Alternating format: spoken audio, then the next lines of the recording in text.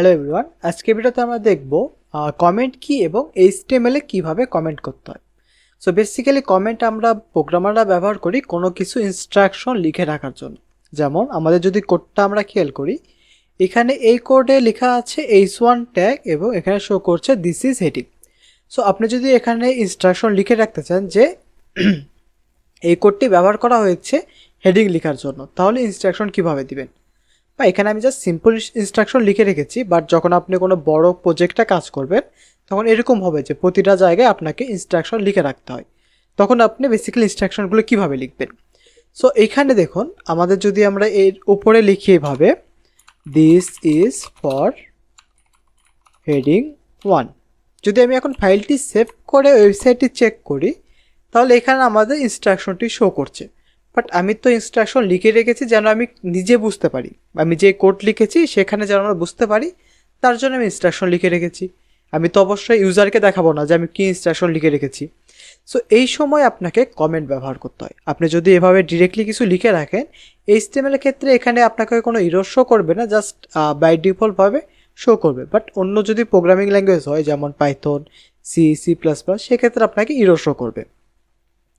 So এই জন্য আমাদেরকে কমেন্ট ব্যবহার করতে হয়। এখন কমেন্ট লেখার নিয়ম হচ্ছে, যেই লাইন বা লাইনগুলিকে আপনি কমেন্ট করতে চান তার শুরুতে less than sign, exclamatory sign, তারপর 2 বার হাইপেন।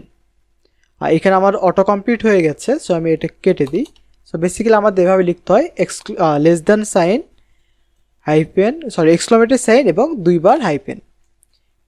এইভাবে আমাদের কমেন্টের স্টার্টিং লিখতে হয় এবং এন্ডিং হচ্ছে, একটু খেয়াল করুন, দেখুন যখন আমি এতটুকু লিখেছি আমার পুরো কোডগুলোই গ্রিন কালারে শো করছে, মানে এই পুরোটুকু বেসিক্যালি কমেন্ট হচ্ছে। যদি আমি এখন চেক করি, দেখুন কিছুই কিন্তু শো করছে না। কারণ কি, যখন আমি এতটুকু লিখেছি এরপরে যতগুলো লাইন আছে সবগুলোকে কমেন্ট হিসাবে সে কাউন্ট করছে।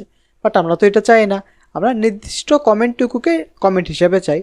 সো এর জন্য আমাদের এই লাইনের লাস্টে এসে 2 বার হাইফেন এবং গ্রেটার দ্যান সাইন লিখতে হবে।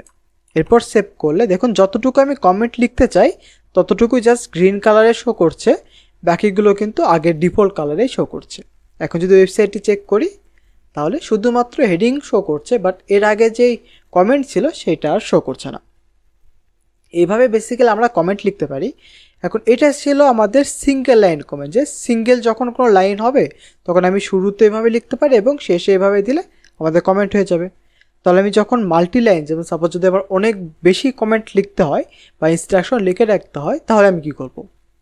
আমাদের বেসিক্যালি কিছুই করতে হবে না। সাপোজ যদি আমি এখানে এন্টার প্রেস করি, দেখুন এইটা কিন্তু এখন আমাদের মাল্টি লাইন কমেন্ট। জাস্ট আমাদের যেই 2 লাইনে কমেন্ট করতে চাই বা মাল্টিপল লাইনে কমেন্ট করতে চাই, শুরুতে এইটুকু লিখব, শেষে এইটুকু লিখব, তাহলে আমাদের কমেন্ট কমপ্লিট হবে। সো এইভাবে বেসিক্যালি আমরা কমেন্ট লিখতে পারি। আচ্ছা, আরেকটা জিনিস, যে কমেন্ট যে আমরা বারবার লিখছি এইভাবে করে, এই সিনট্যাক্স আমাদের মনে নাও থাকতে পারে। সেক্ষেত্রে আমরা কি করব? সো এর জন্য আমি একটি শর্টকাট শো করতে চাই। সো আমি এগুলোকে কেটে দিই আগে।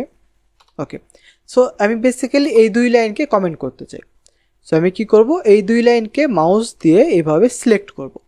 দেন আপনার কিবোর্ডের কন্ট্রোল বাটন বা CTRL এই বাটনে প্রেস করে রাখা অবস্থায় স্ল্যাশ বাটনে প্রেস করব।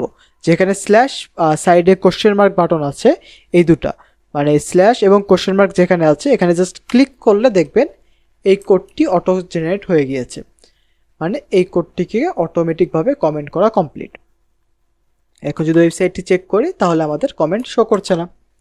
এখন আমরা সেমভাবে এটিকে আনকমেন্টও করতে পারি। জাস্ট লাইনগুলোকে সিলেক্ট করবেন, আগে যে কোড যে কিবোর্ডে যে বাটন প্রেস করেছিলেন CTRL বা কন্ট্রোল বাটন এবং স্ল্যাশ বাটন একসঙ্গে প্রেস করবেন, দেখবেন এটি আনকমেন্ট হয়ে যাবে।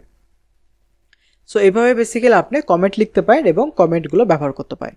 সো আজকে ভিডিও ছিল এই পর্যন্তই, দেখাবে পরের ভিডিওতে। ধন্যবাদ।